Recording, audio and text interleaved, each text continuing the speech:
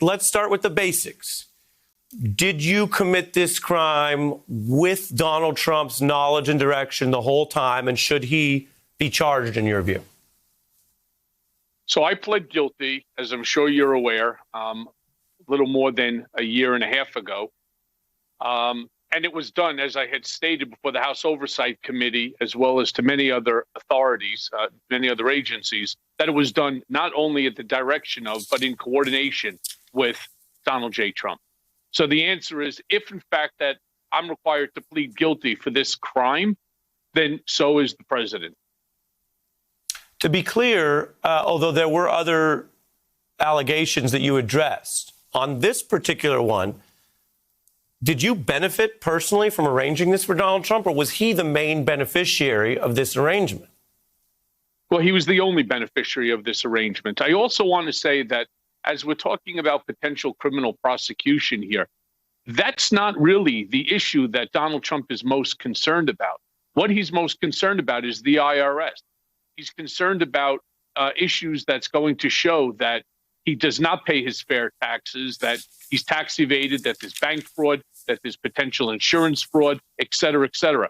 So that's really what Donald Trump is more concerned about, because it doesn't only just affect him, as the Stormy Daniels hush money payments did, but it also affects his children, and the Trump Organization, which, of course, is his financial, cash cow.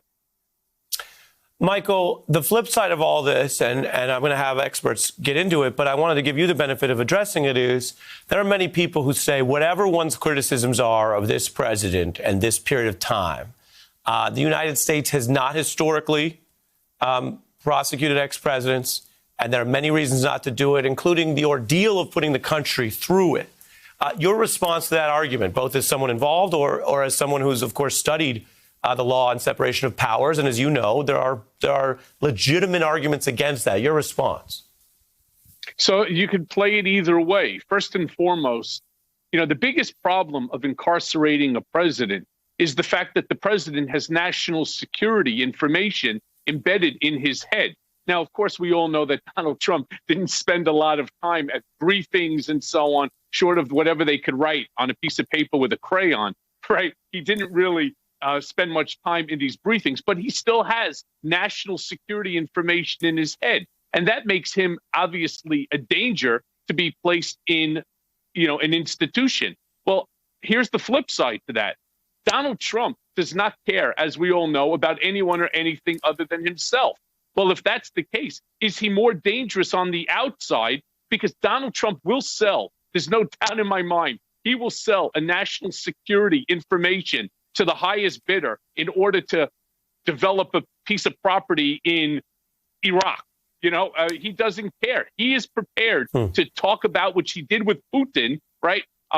Unsolicited. He just gives away information. So is he more dangerous on the inside or on the outside? But you can play it either way. I think he's a danger no matter where you put him. Hey, I'm Ari Melber from MSNBC. You can see more of our videos right here, or better yet, subscribe to our YouTube channel below. You could have been anywhere in the world, but you're here with us, and we appreciate that.